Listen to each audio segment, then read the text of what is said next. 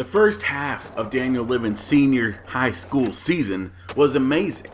He threw for a ton of yards. He threw for a ton of touchdowns. It was awesome. He felt like he was walking on water. But the second half of the season was more of a mental battle. And he knew that defenses were going to adjust. So he had to add a different aspect to his game, which was the scrambling ability. Something that he isn't really known for. He's more of a pocket passer. But he knew that if he added this aspect to it, defenses had to adjust. And in the second half of the season, they didn't really adjust. And more schools started saying, hey, you know what? Maybe this guy knows how to throw and he knows how to scramble. Great aspects to a quarterback. But the pressure, again, started getting on his shoulders. And he started throwing interceptions. So he went back to what I knew, which was staying in the pocket. But that didn't work either, as he kept getting sacked and holding the ball for too long and getting sacked. But for every bad play, he always followed up with an amazing performance. So schools were like, you know, this guy goes through the adversity and ends up on top. But the more schools started flooding in, the more mental battle he really had to do. Because obviously Ohio State, Alabama, those schools are great football programs. And if he went there, he may get looked at more than if he decided to go to Wisconsin. But he always wanted to go there.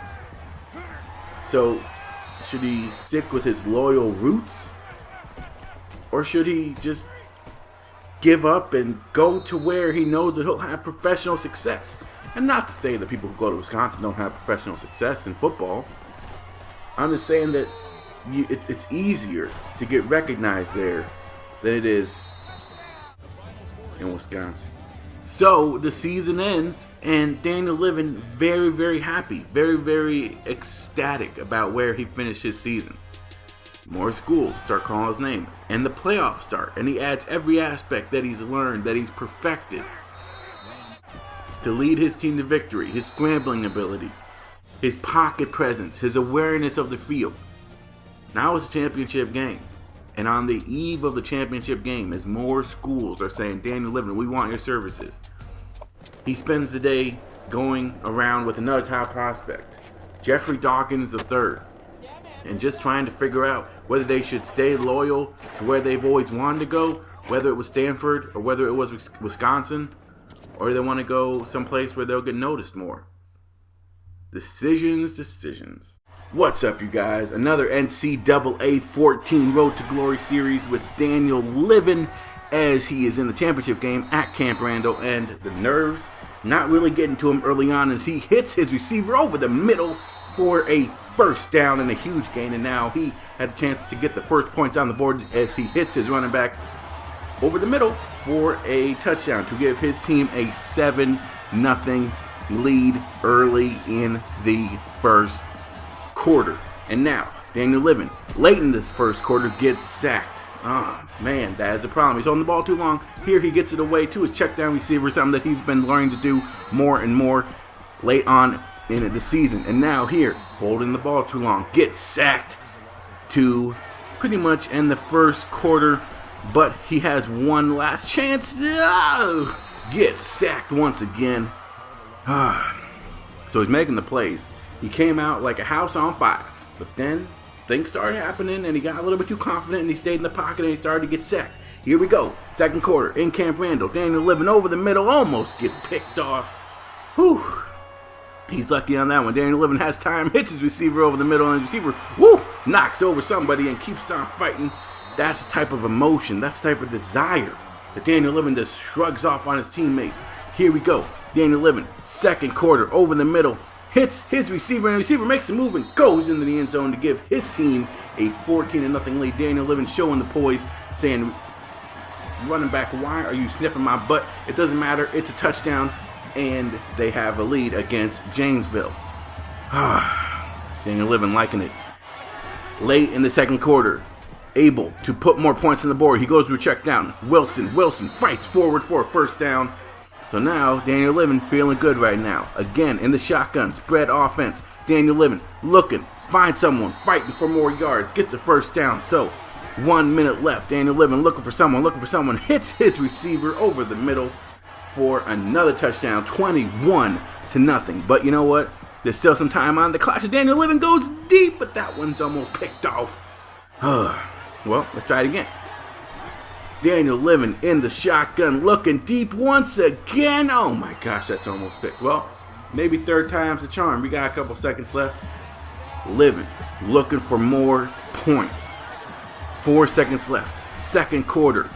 Living gets sacked. Well, that's what you get. But at the end of the first half, he's showing that he can make the plays, but he's also showing that when things start hitting the fan a little bit, he kind of spirals down. So he really needs to prove that he can go through this adversity and lead his team to victory and not give up the lead. He hits his check down receiver for a pretty decent gain. 2nd and 2. Living in the shotgun finds his receiver on the sideline for a huge gain, and now he sees that Wisconsin and he wants to get in there. Living has time. Living scrambling. Living sees the Wisconsin and goes right into the end for a touchdown. 28-0. As here you see, this is something that he really has been working on, is scrambling and making plays happen. Daniel Living late in the third, looking, finds his check down receiver, and his receiver fights for more yards and gets a first down. This is good. This is exactly what he needs going into the fourth. He's proved that he can go through the adversity. He's shown his scrambling ability. He's shown every aspect of his game.